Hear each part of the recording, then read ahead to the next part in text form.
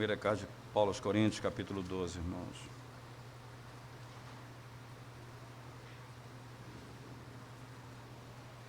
Nós leremos do verso 1 até o verso 11. A respeito dos dons espirituais, não quero, irmãos, que sejais ignorantes. Sabeis que outrora, quando erais gentios, deixáveis conduzir-vos aos ídolos mudos, segundo ereis guiados. Por isso vos faço compreender que ninguém que fala pelo Espírito de Deus afirma anátema a Jesus. Por outro lado, ninguém pode dizer Senhor Jesus, senão pelo Espírito Santo. Ora, os dons são diversos, mas o Espírito é o mesmo. E também há diversidade nos serviços, mas o Senhor é o mesmo. E há diversidade nas realizações, mas o mesmo Deus é quem opera tudo em todos. A manifestação do Espírito é concedida a cada um visando a um fim proveitoso. Porque a um é dada mediante o Espírito a palavra da sabedoria, a outro, segundo o mesmo Espírito, a palavra do conhecimento, a outro no mesmo Espírito a fé, a outro no mesmo Espírito dons de curar, a outro operações de milagres, a outro profecias e a outro discernimento de espíritos, a um variedade de línguas e a outro capacidade para interpretá-las. Mas um só e o mesmo Espírito realiza todas estas coisas, distribuindo-as como lhe apraz a cada um individualmente. Amém. Vamos orar mais uma vez ao Senhor. Ó Santo Espírito de Deus, fala à tua igreja pelo poder, através da tua palavra, e que o nome do nosso Redentor Jesus Cristo seja exaltado, e que a igreja seja edificada e haja unidade no corpo de Cristo. Pedimos isso para a glória do teu nome e para o bem da igreja, em nome de Jesus. Amém. Qual o remédio para a divisão no corpo de Cristo? Qual o melhor tratamento para a divisão no corpo de Cristo? Nós estamos acompanhando a exposição da carta de Paulo aos Coríntios, irmãos, e esse é um problema recorrente na carta e que é citado em vários contextos, de muitas maneiras. A igreja de Corinto está dividida. O apóstolo Paulo chega a dizer isso no capítulo 1, no capítulo 3, e diz que uns afirmam, quanto à pregação, eu sou de Paulo, eu sou de Apolo, eu sou de Pedro, outro diz, eu sou de Cristo. E a igreja, até mesmo quando a palavra é pregada, ela produz divisão, nesse contexto específico. A divisão, ela é conhecida pelos problemas de relacionamento dentro da igreja, por exemplo. Irmãos começavam a ter problemas entre si e levavam os irmãos para os tribunais, e Paulo escreve dizendo que eles não deveriam fazer isso, deveriam ter gente na igreja que pudesse resolver as tensões entre eles. O apóstolo Paulo vai lá na frente a falar sobre o problema que existe entre casamento, dentro do casamento. Então havia divórcio dentro da igreja, e o apóstolo Paulo vai dizer como isso é terrível e como isso pode acontecer apenas nas circunstâncias que ele estabelece na carta. Ele ainda continua. O problema da igreja, ela é grave, e Paulo ainda afirma que não apenas o casamento, não apenas a relação com a pregação, não apenas a relação interpessoal, até mesmo quanto ao prejuízo no trato com o irmão, mas a divisão se estendia até mesmo entre fracos e fortes, aqueles que achavam que podiam comer determinada comida e outro dizia que não podia comer determinada comida. Então a igreja se dividia quanto a esse particular. E havia divisão até mesmo na execução daquilo que era para ser ordenado, como a ceia. Eles transformavam a ceia do Senhor em divisão, a ponto de o mais rico se sobressair sobre o mais pobre, e o que trazia mais comida deixava o que não tinha comida com fome, e a igreja era dividida, até mesmo na ceia do Senhor. Agora Paulo está dizendo, até mesmo nos dons que o Espírito deu à igreja, nós temos divisão no meio da igreja. Alguns acham que devem usar os dons para serviço pessoal, outros olham para o seu dom na igreja e acreditam que é inferior ao outro, outro se vê superior àquele que tem um dom na sua perspectiva menor. E a igreja então começa a revelar a sua faceta bem complexa, a igreja de Corinto. Mas sempre, a solução dada pelo apóstolo Paulo à igreja de Corinto e a nós é o Evangelho. É o Evangelho. A doutrina da Trindade e o Evangelho. Como é que Paulo resolve o problema da divisão dentro do sacramento da ceia do Senhor? Dizendo, eu recebi do Senhor o que também vos entreguei. Dizendo à igreja que aquilo que ele fazia tinha sido recebido do próprio Senhor para a igreja. E a Trindade Augusta representada no sacramento. Como, irmãos? O Filho do Deus Altíssimo, a quem Deus amou, e a igreja a quem Ele amou, estão ali como alvo desse sacramento. Cristo morreu, o seu sangue e o seu corpo que foram mortos, o corpo que foi morto, o seu sangue que foi derramado pela igreja para a remissão de pecados. Então ele mostra ali o amor dele para com a igreja, e Cristo, aquele que entregou sua vida para redimir a igreja, e o Espírito Santo que comunica as bênçãos espirituais de Cristo à igreja. E esse alimento é contínuo. Todas as vezes que participamos da ceia, o Espírito alimenta a igreja, sustenta a igreja, fortalece a igreja, aplicando ao coração da igreja a obra perfeita de Cristo, o verdadeiro Deus e o verdadeiro homem. Agora, o apóstolo Paulo está lidando com uma outra problemática, a prática que é comum na igreja de Corinto, de divisão por causa dos dons. Então, como é que Paulo vai resolver esse problema? E aí o meu objetivo hoje, irmãos, não é expor os 11 versos que são certamente necessários pela unidade da perícope aqui analisada. Sem dúvida é importante analisar os 11 versos, mas não posso fazê-lo hoje.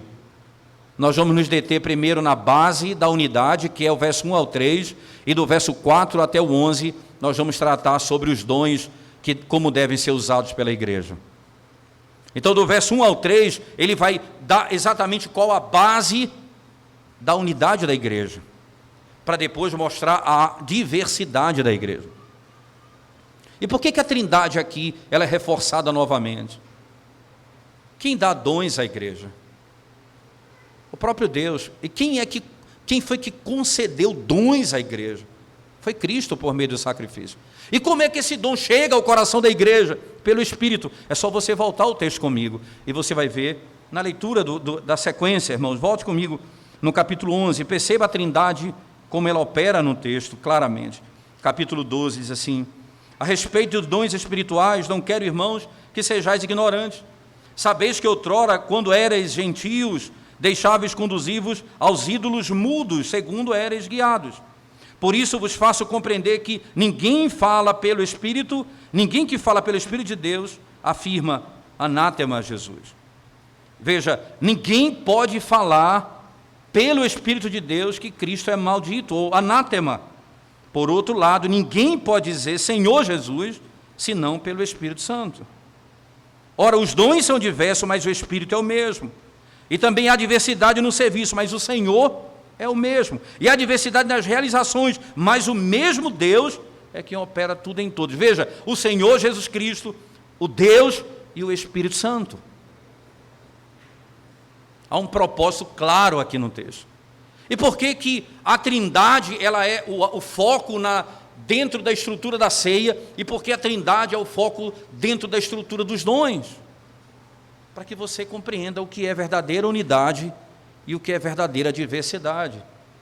Há um só Deus que subsiste em três pessoas: Deus Pai, Deus Filho e Deus Espírito Santo. Há diversidade no ser de Deus, mas não existe contradição entre eles, nem conflito entre eles. Há um só Deus.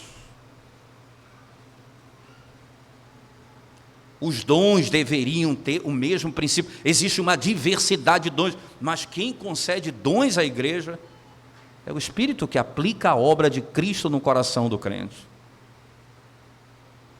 Então nós não poderíamos pensar que eu posso usar os dons se não for com um propósito claro de glorificar o Deus que é triuno. Tudo o que nós fazemos, por mais diverso que seja dentro da igreja, ele tem um objetivo único: a glória de Deus. E a edificação da igreja como um propósito que é associado diretamente a esse primeiro e único objetivo. E como é então que o apóstolo Paulo vai nos ensinar o que é que a igreja deve saber antes de entender sobre os dons? De onde nós viemos? A quem nós seguíamos? Qual era a influência que estava sobre nós? E quem nós somos agora? Para que você entenda como você deve proceder. Verso 1 a 3 é o foco da nossa exposição hoje. Voltemos ao texto, irmãos, mais uma vez, por favor, preste bastante atenção na leitura desse texto. Primeira carta de Paulo aos Coríntios, capítulo 12, nós vamos reler os três versos, e aí nós vamos dar continuidade apenas a essa exposição. A respeito dos dons espirituais, não quero, irmãos, que sejais ignorantes. Sabeis que outrora, quando éreis gentios, deixáveis conduzir-vos aos ídolos mudos, segundo éreis guiados. Eu não quero que vocês sejam ignorantes quanto a este assunto, aos dons. É interessante, irmãos, que o ponto aqui, me parece claro, que Paulo está tratando dos dons, não de espirituais, porque aos dons espirituais, que é a palavra utilizada no texto, quando diz assim, a respeito das coisas espirituais, não quero, irmãos, que sejais ignorantes. Essas coisas espirituais, esses dons espirituais usados aqui por Paulo, não estão focando em pessoas necessariamente, mas nos dons mesmo. Porque se você olhar no verso 13, particularmente, ele diz assim: pois em um só Espírito todos nós fomos batizados em um corpo, quer judeus, quer gregos, quer escravos, quer livres, e a todos nos foi dado beber de um só Espírito. Paulo está dizendo, ora, todos nós recebemos do mesmo Espírito. Ele não está se referindo aqui a outra coisa senão o que recebemos do Senhor pelo Espírito do Senhor. Recebemos a salvação e os dons, como estão colocados aqui nos versos 4 ao 7. Tudo isso recebemos dele. Então eu não quero que vocês sejam ignorantes quanto a isso, porque a falta de conhecimento quanto a isso, irmãos, leva a grande prejuízo para a igreja. Por que prejuízo? Porque é preocupante isso. Porque o dom está aqui, mas a maneira como você usa não traz glória à maneira como você foi salvo. A obra da redenção, ela precisa ser compreendida para que eu entenda como usar os dons que me foram concedidos. Nós não temos como pensar nos dons senão naquele que nos deu e como nos foi concedido. Esse é o grande ponto. Primeiro, nós precisamos entender sobre a nossa salvação, né? O apóstolo, então, diz o seguinte, irmãos, eles vieram de Deus. Esses dons vieram de Deus. Esse é o grande elemento no texto, né? Sabeis que outrora, quando éreis gentios, deixáveis conduzir-vos aos ídolos mudos, segundo éreis guiados. Por isso vos faço compreender que ninguém que fala pelo Espírito de Deus afirma anátema Jesus. Por outro lado, ninguém pode dizer Senhor Jesus senão pelo Espírito Santo. Ninguém pode dizer se não for pelo próprio Deus. De onde vem a nossa salvação e de onde vem o dom que nós temos? Eles vêm de Deus. E como eles devem ser usados? Então, a fonte representa o uso. Ele veio de Deus, tem que ser usado para Deus. Não tem outro propósito senão glorificar o próprio Deus. Porque procede de Deus, tem que ser usado para Ele.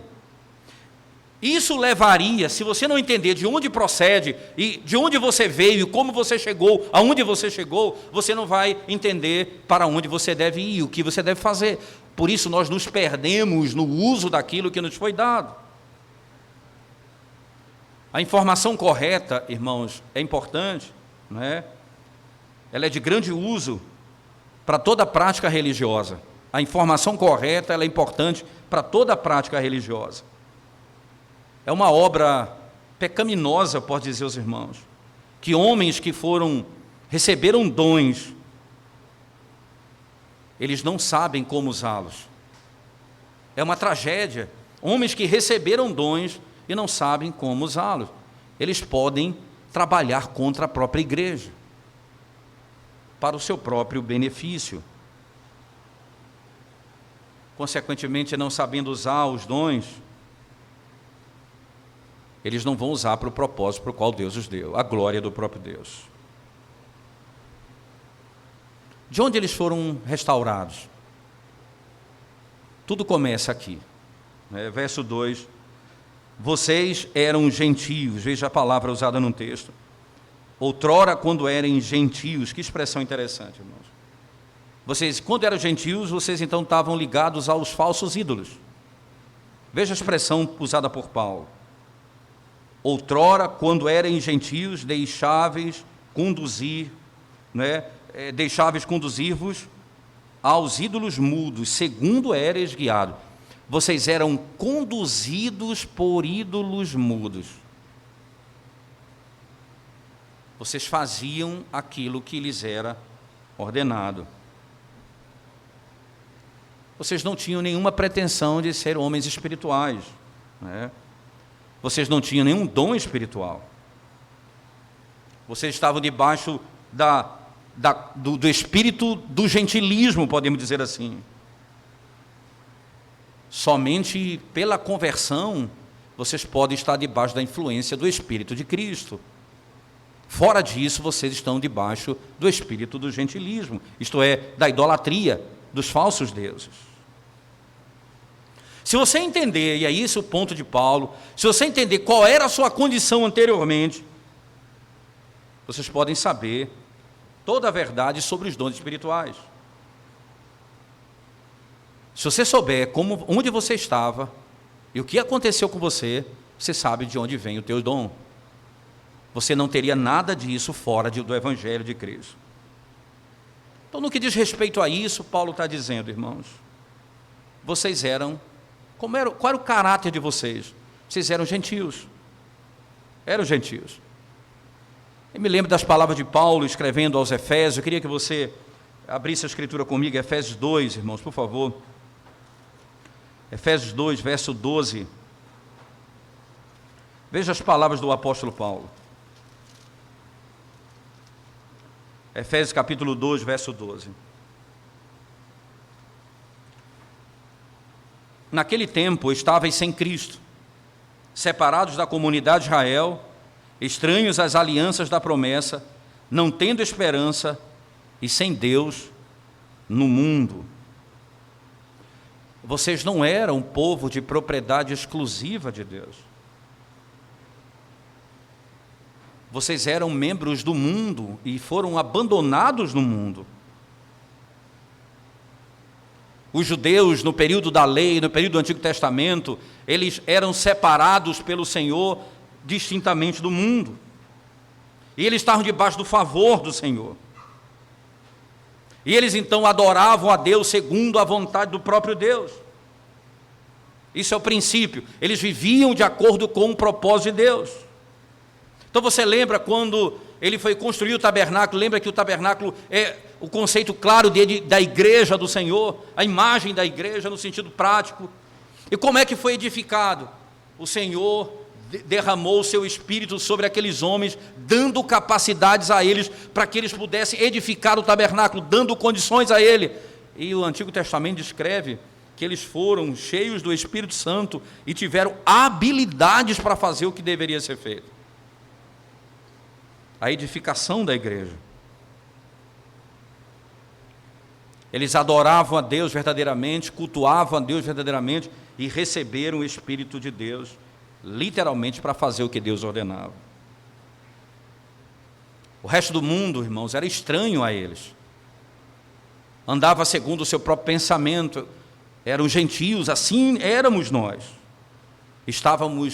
Éramos estranhos ao pacto e às alianças e às promessas. Nada dessas verdades pertenceu a nós. Os gentios, eles eram o corpo da igreja de Corinto. Ele está olhando para a igreja de Corinto dizendo: assim eram os irmãos.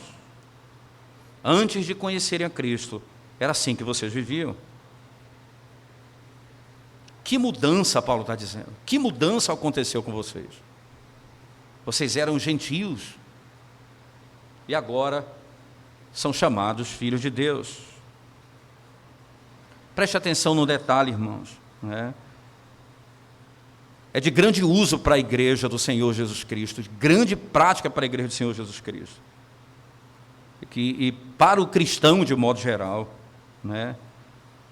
E como consideração, olhar para o passado, para saber o que eu devo fazer agora. Eu preciso saber onde eu estava e o que aconteceu comigo. Olhar para trás é muito importante nesse contexto, porque nós vamos ser cheios de gratidão, porque você vai entender: eu era gentio, eu não estava debaixo das promessas, agora estou unido a Cristo.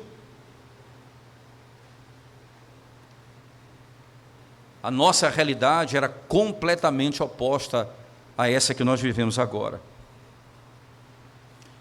Mas o que significa, além disso? Veja, gentio é aquilo que você é, em termos práticos, né? O que é que você é? Gentio. Sem Cristo, você é um gentio. E o que significa ser gentio, segundo Paulo? É você estar fora da promessa, longe das alianças, sem Deus no mundo.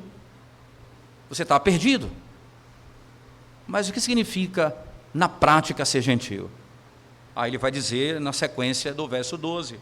Melhor, no verso 2 do capítulo 12 de Coríntios. Ele diz: quando eres gentios, deixáveis conduzir-vos aos ídolos mudos, segundo eres guiados. E aí vem a influência do modo como eles viviam. Uma coisa é o que vocês eram, mas o que eu era implica no meu modo de conduzir-me, de viver. Então ele diz: eu era gentio, agora então, como gentio, eu era conduzido pelos ídolos mudos. Que coisa interessante. Eles eram conduzidos por ídolos mudos, praticavam idolatria da mais grosseira, adoravam, irmãos, pedras e madeiras, construíam seus deuses segundo a sua própria imaginação e segundo a fraude dos seus sacerdotes e segundo a ignorância do seu próprio conhecimento, cultuavam falsos deuses. Dependendo literalmente de como cada religião via, eles adoravam o seu Deus, mas certamente eram guiados pelo desejo do próprio coração. Egoístas, viviam para si mesmos, sem Deus no mundo.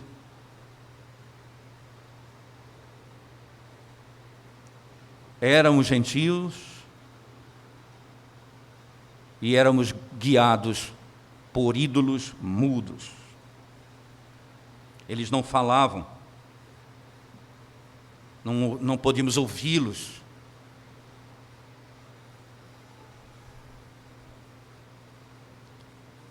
é andar segundo o próprio pensamento. Você imagina, adoravam falsos deuses e eram guiados segundo aquilo que eles diziam que deveriam fazer. A mente deles, irmãos, era abjeta, a mente deles era trevas, a mente deles andava na escuridão, eles não conseguiam fazer nada que agradasse a Deus. Nada que agradasse a Deus. Eram idólatras, como diz o texto, e viviam sob a influência desse ídolo. O príncipe desse mundo triunfa diariamente, irmãos, na mente de pessoas cegas espiritualmente, que não conseguem ver a vontade de Deus, e que a mente, que as trevas tomam conta do seu pensamento, e eles andam de conformidade com esse pensamento. E ele vai mostrar literalmente isso, irmãos. E vocês vão usar os dons que vocês têm de acordo com o seu próprio pensamento. Vocês são conduzidos pelo silêncio do falso Deus. Porque o que fala é a sua própria vontade. Lembra, Paulo está tratando do problema que vai ser o foco na sequência. Mas ele começa dizendo: lembra, irmãos, de onde vocês vieram. E como vocês eram guiados nesse mundo. E como vocês viviam nessa terra. Vocês não podem agora viver usando os dons que receberam do Senhor como se seguissem a falsos deuses. Andando segundo o seu próprio pensamento. Então, essa é a conexão direta que Paulo está fazendo. Vocês eram conduzidos por eles.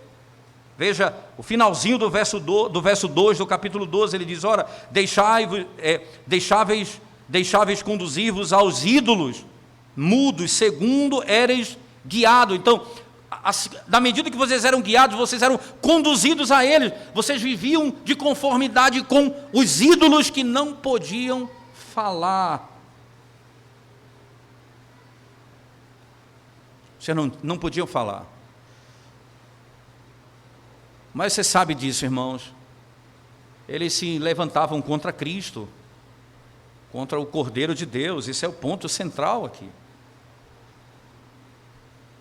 O apóstolo Paulo está afirmando um conceito na mente da igreja de Corinto. De onde você veio, o que você fazia, para você entender agora que você não podia falar sobre Cristo como você fala, se não for pelo Espírito de Deus. Aí vem a sequência no verso 3, quando ele afirma: por isso vos faço compreender que ninguém que fala pelo Espírito de Deus afirma anátema Jesus. Por outro lado, ninguém pode dizer Senhor Jesus, senão pelo Espírito Santo. Ele mostra no aspecto negativo e no aspecto positivo a operação do Espírito na igreja. O Espírito Santo. Primeiro, o que o Espírito não vai fazer você falar. E falar isso só pode ser pelo Espírito. Entende? Então você entenda. Pelo Espírito você não fala determinada coisa. E pelo Espírito somente você pode falar determinada coisa. O que é que eu não posso falar pelo Espírito? Que Cristo é anátema.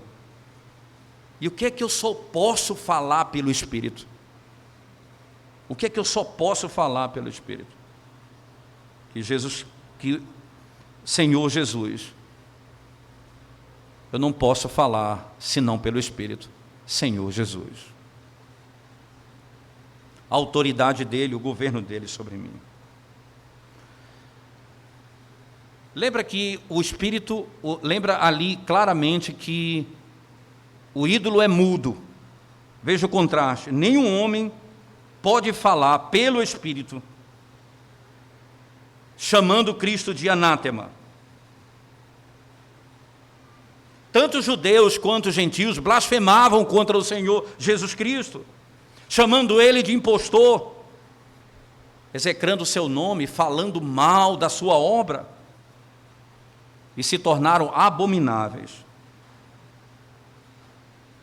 E muitos deles, irmãos, eram mágicos, exorcistas, e diziam que operavam a obra do Espírito de Deus, quando na realidade não pertenciam ao Senhor. Homens maus. E muitos entre os gentios até pretendiam, irmãos, falar de modo inspirado.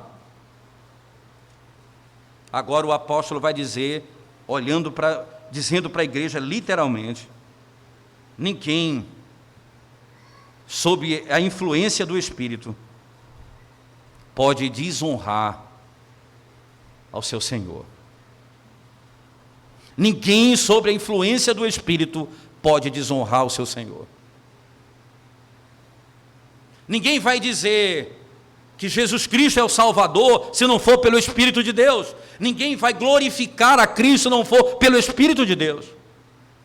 E lembra que foi isso que Jesus disse lá em João, tanto no capítulo 14 como no capítulo 16. Abra sua Bíblia comigo, por favor, sem desmarcar Corinto, por favor. João capítulo 14, primeiro momento. Evangelho de João, capítulo 14.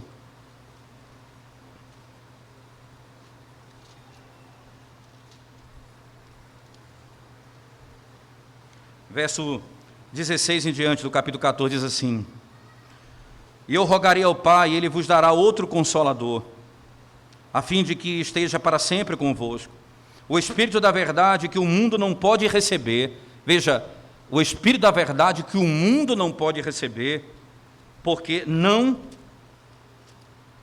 o vê, nem o conhece.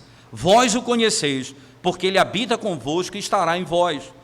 Não vos deixarei órfãos, voltarei para vós outros. Ainda por um pouco e o mundo não me verá, mas não me verá mais. Vós, porém, me vereis, porque eu vivo, vós também vivereis. E na sequência, ele vai dizer no verso 21 em diante: aquele que tem os meus mandamentos e os guarda, esse é o que me ama, e aquele que me ama será amado por meu Pai, e eu também o amarei e me manifestarei a ele. Disse-lhe Judas, não Iscariotes, de onde procede, Senhor, que estás para manifestar-te a nós e não ao mundo? Respondeu-lhe Jesus: se alguém me ama, guardará a minha palavra, e meu Pai o amará, e viremos para ele e faremos nele morada. E aqui, irmãos, como é que o Pai e o Filho farão morada no crente? Pelo Espírito, ele diz, o Espírito habitará, o Espírito que procede do Pai e procede do Filho. Então, a habitação do Deus triuno em nós, por isso que Paulo diz que nós somos a igreja, o templo do Espírito. O que é o templo, em última instância? É o lugar da habitação de Deus. Por que que Cristo é chamado de santuário? Porque nele habita a plenitude do ser de Deus. Ele é Deus, e em nós habita o Espírito Santo de Deus. Essa é a linguagem. Por isso, ninguém vai honrar a Cristo, ninguém vai honrar o Pai, se não for pelo Espírito que nos foi concedido.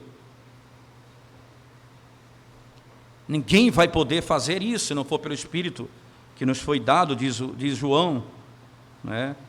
No verso 24 ainda: quem não me ama não guarda os meus mandamentos, não guarda as minhas palavras, e a palavra que estáis ouvindo não é minha, mas do Pai que me enviou. Isso vos tenho dito, estando ainda convosco. Mas o Consolador, o Espírito Santo, a quem o Pai enviará em meu nome, esse vos ensinará todas as coisas, e vos fará lembrar de tudo o que vos tenho dito. O Pai virá, o Pai enviará o Espírito. Lembra, irmãos, o Espírito que procede do Pai e procede do Filho. Mas não termina aqui. Ainda na carta de João, no Evangelho de João, no capítulo 16, por favor. Nós lemos o 14, não é? Mas o 16 particularmente. Ele diz assim, a partir do versículo 1: tenho-vos dito estas coisas para que não vos escandalizeis. Eles vos expulsarão das sinagogas, mas vem a hora em que todo o que vos matar julgará com isso tributar culto a Deus. Agora veja a conclusão: isso farão porque não conhece o Pai nem a mim. Ora, estas coisas vos tenho dito, para que quando a hora chegar, vos recordeis que eu vou-las disse. Não vou-las disse desde o princípio, porque eu estava convosco. Mas agora vou para junto daquele que me enviou, E nenhum de vós me pergunta: para onde vais? Pelo contrário, porque vos tenho dito estas coisas, a tristeza encheu o vosso coração. Mas eu vos digo a verdade: convém-vos que eu vá, porque se eu não for, o Consolador, o Espírito, não virá para vós outros. Se porém eu for, eu vou-lo enviarei. Quando ele vier, convencerá o mundo do pecado, da justiça e do juízo. Do pecado, porque não crê em mim; da justiça, porque vou para o Pai e não me vereis mais; do juízo, porque o príncipe deste mundo já está julgado. O Senhor diz: ora, e aqui é claro a expressão de Cristo, é necessário que eu vá, porque se eu não for, o Espírito não virá. E entenda a lógica da revelação. Por que é necessário que Cristo vá? Por que ele vai glorificar a Cristo na terra? Irmãos, porque ele vai aplicar a obra de Cristo no coração da igreja. E aquilo que Cristo conquistou por nós será aplicado em nós. Então, a linguagem da teologia é mais ou menos assim: o que Cristo fez por nós, o Espírito fará em nós. O que Cristo fez pela igreja vai ser aplicado dentro da igreja. Ele vai habitar no seu povo. É por isso que sem o Espírito eu não posso crer em Cristo, sem o Espírito eu não posso glorificar a Cristo, e sem o Espírito eu não posso cumprir o mandamento do Senhor, e sem o Espírito eu não posso viver segundo os dons que me foram dados, para a glória de Deus, mesmo na diversidade dos dons, com um propósito único de glorificar. Porque qual é o propósito do Espírito? Glorificar o Filho. Para que os dons? Só tem uma maneira de termos variedade de dons e não termos divisão: se a Trindade for estabelecida no conceito fundamental na vida da igreja. O Espírito me fará glorificar o Filho e o Pai. Não tem outra saída para esse fim. A lógica da revelação mostra que o Espírito vem sobre a igreja para aplicar em nós a obra de Cristo. Lembre das palavras do próprio Cristo: se eu não for, ele não virá. E o que é que vai acontecer quando ele vier? Nós vamos até obedecer a lei. Veja, João vai dizer no capítulo 14: aquele que me ama guarda os meus mandamentos. Como é que eu vou fazer isso, irmãos? É só você lembrar das promessas. O texto que está sendo pregado pelo seminarista João Vitor em Joel, ele vai chegar no texto glorioso da descida do Espírito, da promessa do Espírito, e lembra lá: vós recebereis o Espírito Santo, e a linguagem da promessa é que nós vamos profetizar, e aí os jovens terão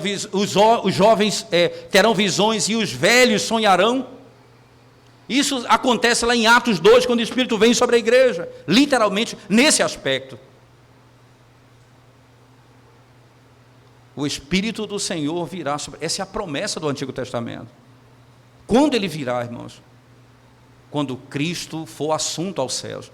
E por que Cristo? O que significa Cristo subir aos céus? Que toda a obra da redenção foi concluída e agora ela será aplicada dentro de nós.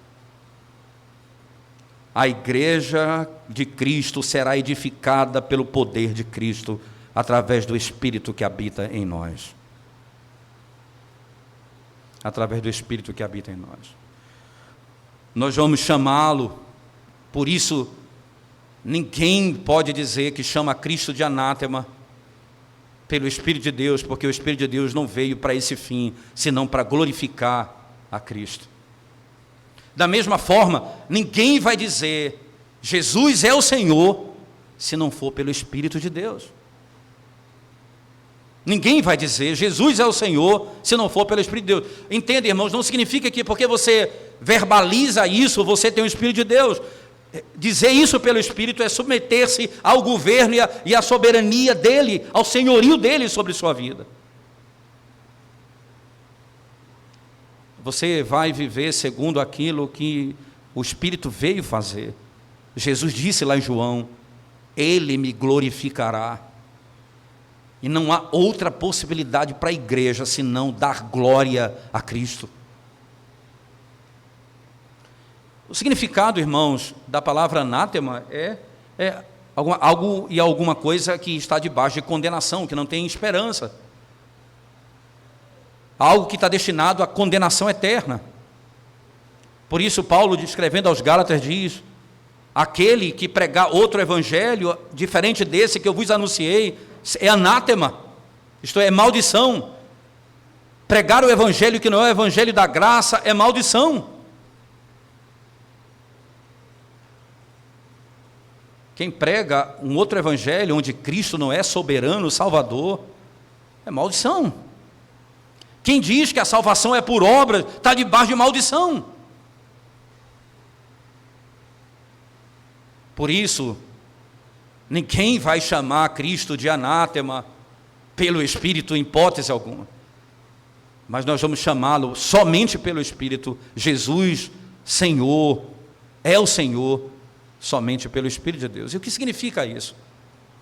Por que Paulo não escolheu a palavra Cristo, ele escolheu a palavra Jesus? Por que essa palavra é tão importante? A palavra Cristo tem a ver com o ofício dele, ele é ungido, é o termo grego que dá sentido, né, ao termo hebraico anteriormente usado no Antigo Testamento, que exatamente descreve a unção. O Espírito de Deus está sobre mim, porque ele me ungiu, diz o Senhor Jesus. E a palavra grega, que exatamente Christos, é o ungido de Deus, tem a ver com o ofício dele, sacerdote, profeta e rei. Mas a palavra Jesus tem a ver com sua pessoa, o Salvador, aquele que historicamente veio ao mundo. Mas aí ele diz, Jesus é o Senhor. Aí ele conjuga duas verdades que não podem ser separadas. O que é Senhor, irmãos? É o termo que é usado no Novo Testamento para descrever aquele termo do Antigo Testamento, do tetragrama, que é o nome Iavé, o nome do Deus Altíssimo, quando revelado ali no livro de Êxodo, quando Deus diz a Moisés, eu sou o que sou. Essa expressão, literalmente em hebraico, formado pelo verbo ser, que dá origem ao nome de Deus, Iavé, ele diz, eu sou o que sou, aquele que é eternamente e não muda, o Deus eterno e imutável, que não tem princípio nem fim. É pelo Espírito que você diz isso, que ele é Deus e que ele é homem, que ele é homem verdadeiro e ele é Deus verdadeiro. É somente pelo Espírito que eu posso dizer isso. Os hereges da história não conseguem. Uns dirão, ele é Deus, mas não é homem. Outro dirá, ele é homem, mas não é Deus inferior a Cristo, ao próprio Pai. Mas somente pelo Espírito nós poderemos dizer, Jesus é o Senhor.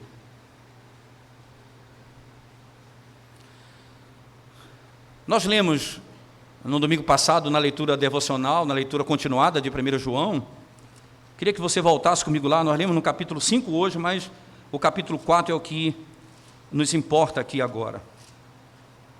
Veja o capítulo 4 de João, primeira carta de João. Esse é um tema muito caro, né, para o evangelista João, nas cartas também isso vai ficar claro. Ele diz assim, 1 João 4, 1 em diante, amados, não deis créditos a qualquer espírito, antes provai os espíritos que procedem de Deus, porque muitos falsos profetas têm saído pelo mundo fora. Nisto reconheceis o Espírito de Deus.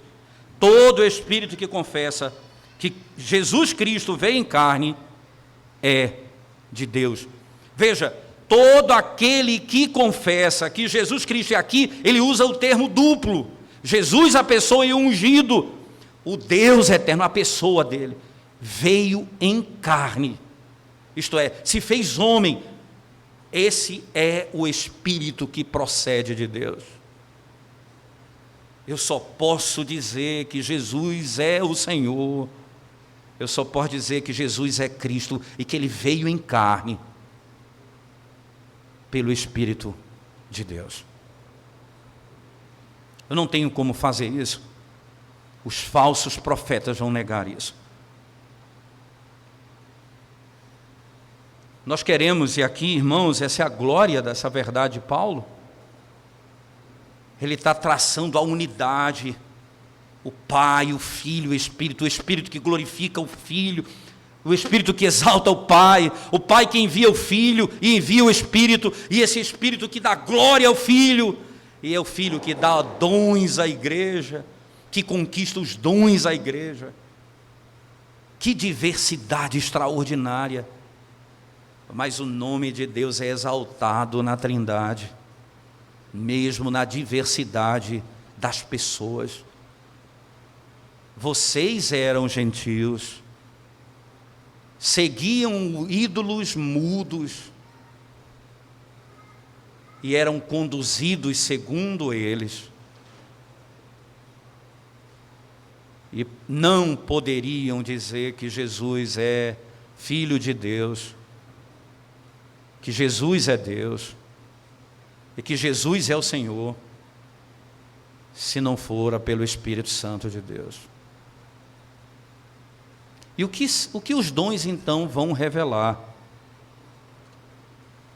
E aí veja o aspecto prático que nós vamos analisar a partir do próximo domingo, se o Senhor nos permitir. Volte comigo para a carta de Paulo aos Coríntios, irmãos. Veja como ele vai, a partir do verso 4. Ora, os dons são diversos, mas o Espírito é o mesmo. Diversidade, você entende? A Trindade é diversa, mas há um só Deus.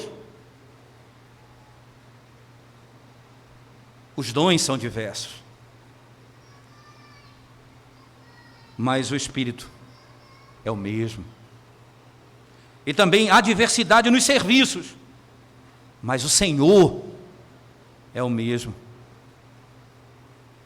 Há diversidade nas realizações, mas o mesmo Deus é quem opera tudo em todos. Veja, irmãos, o Espírito é o mesmo, verso 4. O Senhor é o mesmo, verso 5. E no verso 6, o mesmo Deus. Os dons são diversos, como diverso é o ser de Deus. E na Trindade, nós aprenderemos quão diversos são os dons da igreja, mas como os dons têm um único objetivo: a edificação do corpo de Cristo, a igreja do Senhor, para a glória de Deus.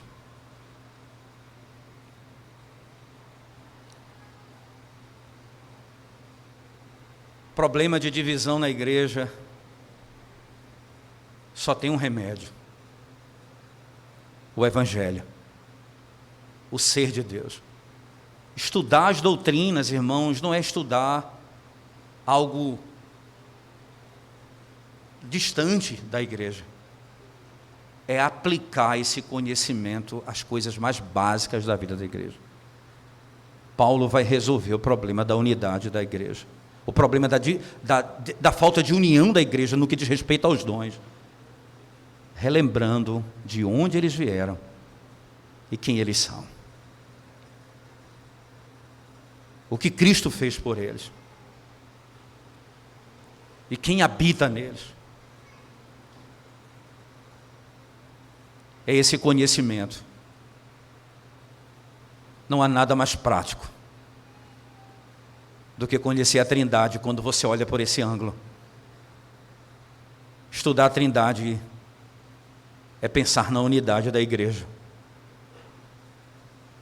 é pensar na unidade da igreja.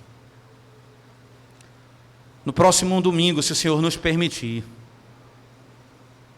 nós vamos adentrar nesses assuntos tão polêmicos: dom de línguas, profecias, coisas afins, mas sem perder de vista as bases lançadas nesses 3 primeiros versos.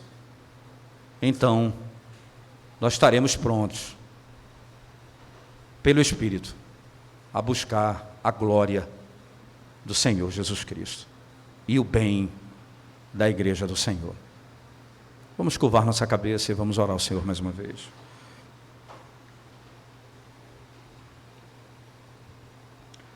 Graças te damos, Senhor, por tão grande bondade para conosco. Graças te damos pelo privilégio de podermos ouvir a tua voz pela manhã e no final desse dia. E saber que o Senhor fala conosco, ó Deus. Abre os nossos ouvidos, Santo Deus, para que não sejamos surdos e mudos, porque o Senhor abriu os nossos ouvidos para ouvirmos a tua palavra. Abre os nossos lábios, abre o nosso coração para vivermos segundo aquilo que temos crido. É o que nós te pedimos, Senhor, pelo amor do teu nome, para a glória do teu nome e para o bem da tua igreja. Em nome de Jesus nós oramos. Amém, Senhor. Amém.